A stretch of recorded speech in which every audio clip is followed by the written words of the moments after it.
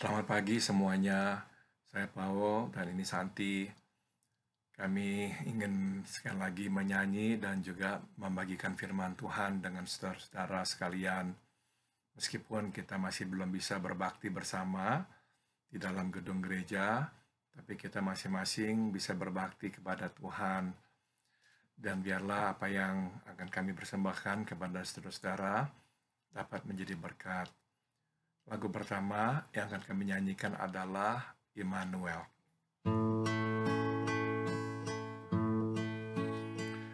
Immanuel, God is with us. Immanuel, God is with us. Immanuel, God is with us. Immanuel, God is with us. Jesus is my Savior and my friend. Jesus is my Savior and my friend. Jesus is my Savior and my friend. Jesus is my Savior and my friend. Immanuel, God is with us. Immanuel, God is with us. Immanuel, God is with us. Immanuel, God is with us. Jesus is my Savior and my friend. Jesus is my Savior and my friend. Jesus is my Savior and my friend. Jesus is my Savior and my friend.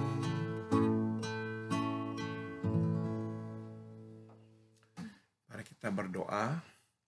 Bapa dalam surga, kami berterima kasih kami dapat diizinkan masuk ke dalam hadirat-Mu yang kudus untuk berbakti kepadamu.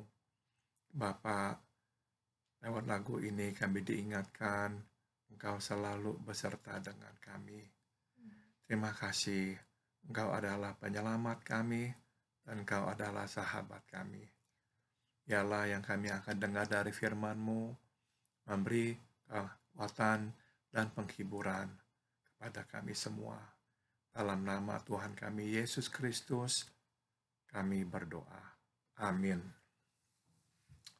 Saya akan bacakan firman Tuhan dari kitab Hakim-Hakim. Nah, saya akan bacakan pasal 7, ayat 9, dan seterusnya. Pada malam itu berfirmanlah Tuhan kepadanya, kepada Gideon, bangunlah, turunlah menyerbu perkemahan itu, sebab telah kuserahkan itu ke dalam tanganmu.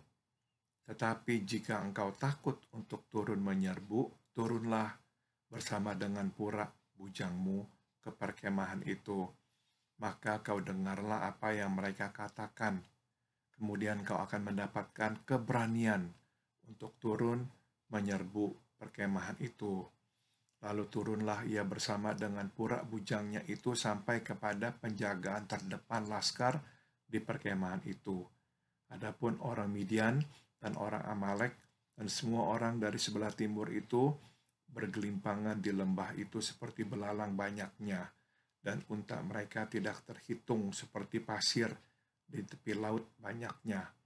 Ketika Gideon sampai ke situ, kebetulan ada seorang menceritakan mimpinya kepada temannya, katanya, "Aku bermimpi, tampak sekeping roti jelai terguling masuk ke perkemahan orang Midian.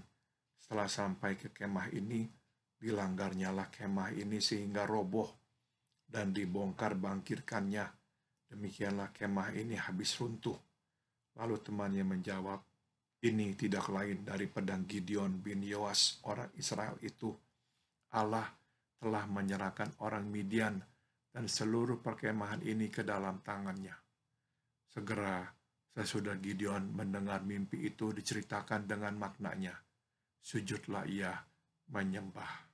Kemudian pulanglah ia ke perkemahan orang Israel, lalu berkata, bangunlah, sebab Tuhan telah menyerahkan perkemahan orang Midian ke dalam tanganmu.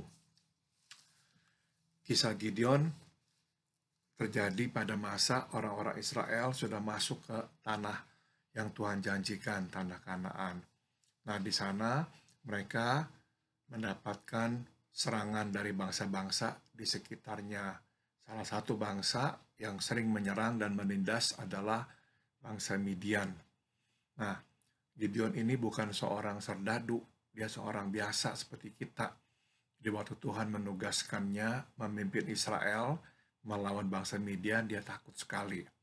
Dalam ketakutan, dia minta tanda. Tanda yang pertama adalah dia menebarkan guntingan bulu domba di atas tanah. Dan dia berkata, Tuhan berilah saya tanda. Besok pagi, kalau ada embun di atas gulungan domba dan tanahnya kering, saya tahu ini adalah dari Tuhan. Nah, Tuhan lakukan. Masih belum puas dia, masih takut. Dia berdoa lagi, dia bilang, beri saya tanda lagi satu. Tapi kebalikannya, besok pagi saya mau melihat di atas gulungan bulu domba ini tidak ada embun kering, tapi tanah di sekitarnya penuh embun. Tuhan lakukan seperti yang diminta oleh Gideon. Tapi rupanya Gideon masih takut juga. Maka waktu dia mau maju berperang, Tuhan memberikan kepadanya tanda yang lain. Yaitu apa? Tuhan suruh dia pergi ke tempat perkemahan orang Midian. Dan di situ dia mendengar dua tentara Midian saling bicara dan yang satu menceritakan mimpinya. Seperti yang telah kita baca tadi. Waktu dia dengar apa yang dimimpikan orang itu, dia tahu Tuhan memang akan menyerahkan orang Midian kepada Israel. Dan itu memberikan kepadanya kekuatan. Saudara, waktu kami di Malang, mobil saya rusak, jadi saya harus taruh di bengkel. Nah, saya pulang ke tempat saya melayani di pusat konseling dengan jalan kaki. Siang itu, rantangan tiba di tempat saya melayani, dan saya harus membawanya pulang ke rumah. Santi lagi itu di rumah. Nah, waktu saya berjalan, mau pulang ke rumah, tiba-tiba dalam hati saya ini terpikir, betapa indahnya kalau ada yang tiba-tiba lewat menawarkan saya tumpangan, supaya saya nggak usah jalan pulang ke rumah. Baru saya bicara begitu dalam hati, mobil berhenti di sebelah saya. Ternyata dia adalah supir dari seminari yang membawa makanan rantangan itu ke tempat saya tadi. Dia berkata, Pak Paul mau pulang, bawa rantangan pulang. Saya berkata, iya. Oh, tahu begitu tadi saya antar saja pulang ke rumah. Dia bilang, nggak apa-apa. Saya mau pulang sekarang, bawa makanan pulang ke rumah buat istri saya. Dia berkata, ikut aja, saya antar ke sana. Jadi dia antar saya pulang ke rumah. Nah, saya makan di rumah Mas Santi siang itu. Selesai makan, saya mau pulang lagi, balik ke tempat saya melayani di pusat konseling. Saya keluar dari rumah, jalan kaki. Saya juga berpikir, saya agak capek nih. Betapa indahnya kalau ada orang menawarkan kendaraan atau tumpangan ke tempat saya konseling. Nah, saya melihat tetangga saya itu kenal dengan anak saya, jadi saya tegur apa kabar dan sebagainya. Kemudian tetangga saya itu masuk ke dalam, ya saya jalan lagi. Nggak lama saya jalan, mobil berhenti di sebelah saya. Tetangga saya itu tanya mau kemana. Saya bilang, saya mau ke bengkel, terus kemudian mau ke pusat konseling. Dia berkata, saya antar kamu. Saya bilang, enggak, nanti merepotkan dengan kamu. Dia bilang, enggak apa-apa. Saya antar aja. Jadi saya masuk ke mobilnya, diantar saya, hampir ke bengkel tempat saya itu taruh mobil. Saya tinggal jalan sedikit sampai di bengkel. Saya bisa ambil mobil saya, bawa pulang ke tempat saya itu pelayanan. Saudara, ini cerita mungkin sederhana sekali ya, tapi itulah maknanya. Tuhan itu mendengar doa-doa kita yang sederhana. Sebetulnya kan nggak usah dijawab pun nggak apa-apa kok. Saya jalan kaki, ya sedikit capek, ya nggak apa-apa kok. Tapi Tuhan kok mendengar doa yang sederhana, yang sepertinya tak bermakna, ya kecil sekali. Dia dengar dan dia kabulkan. Nah, dari cerita itu, dari pengalaman itu, kita belajar ya bahwa nomor satu, semua doa didengar Tuhan. Dan kedua, tidak ada hal yang kecil buat Tuhan. Bagi Dia, semua yang dikatakan oleh anak-anaknya dan yang diminta oleh anak-anaknya adalah hal yang penting. Nah, saudara, Gideon ini kan sebetulnya tidak minta tanda yang ketiga itu. Enggak loh. Dia hanya minta tanda pertama dan yang kedua. Ya, gulungan bulu domba itu. Yang ketiga, mendengar mimpi orang Midian itu tidak ada dalam rencananya. Tapi Tuhan tahu bahwa dia takut. Kenapa dia takut? Karena Gideon itu awalnya membawa 22.000 orang Israel untuk perang. Tapi Tuhan memilih hanya 300. Selebihnya disuruh pulang. Sedangkan kita lihat tadi tentara Amalek dan Midian seperti pasir. Begitu banyak. Tidak heran dia begitu ciut hatinya. Nah, meskipun Gideon gak berani minta lagi sama Tuhan tanda, Tuhan tahu dia takut. Makanya Tuhan kemudian berikan tanda bonus. Nah, saudara, inilah yang saya ingin sampaikan kepada kita semua. Kadang kita dalam situasi yang susah, situasi yang memang gak menyenangkan. Nah, Tuhan itu tahu, Tuhan ngerti. Kita lagi gelisah, kita lagi tegang, kita lagi takut. Dia itu akan memberikan kepada kita tanda bonus. Dia akan memberitahukan kita, dia mendengar, dia tahu apa yang kita sedang alami. Ketakutan kita, ketegangan kita. Nah, dia tahu. Maka dia kemudian memberikan kepada kita tanda atau jawabannya. Lewat jawabannya, kita diingatkan, dia itu dekat dengan kita. Dia menyertai kita. Nah, di masa sekarang ini, mungkin kita ada yang merasa seperti itu. Mungkin kita agak tegang, agak takut juga, gelisah. Tuhan tahu. Tuhan tahu. Karena dia tahu, dan kita anak-anaknya, dia akan memberikan kepada kita tanda bonus ekstra yang tidak kita minta sekalipun dia berikan kepada kita. Biarlah firman Tuhan ini memberkati kita sekalian. Apakah Santi mau tambahkan sesuatu? Silakan. Iya, Tuhan selalu memberikan lebih daripada yang kita minta. Karena Tuhan Yesus mengetahui kita ini seperti domba ya, yang kurang perlu dibimbing dan perlu arahan. Dan Tuhan Yesus selalu menyediakan pertolongan bagi anak-anaknya yang berharap kepadanya. Itu adalah janjinya. Kami bersyukur, kita bisa pegang janji Tuhan yang bisa membantu kita semua melewati masa yang susah ini. Kami juga berdoa untuk jemaat yang kehilangan kerjaan dan yang harus melewati masa-masa yang susah ini. Biarlah Tuhan menolong, dan juga berharap kita semua bisa bersama-sama melewati masa yang susah ini. Kita akhiri dengan lagu Bimbinglah Aku.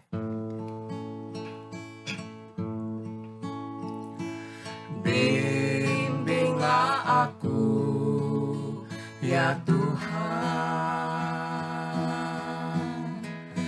di sepanjang jalan hidupku. Firman-Mu bagaikan suluh, agar ku tak sesat di jalan.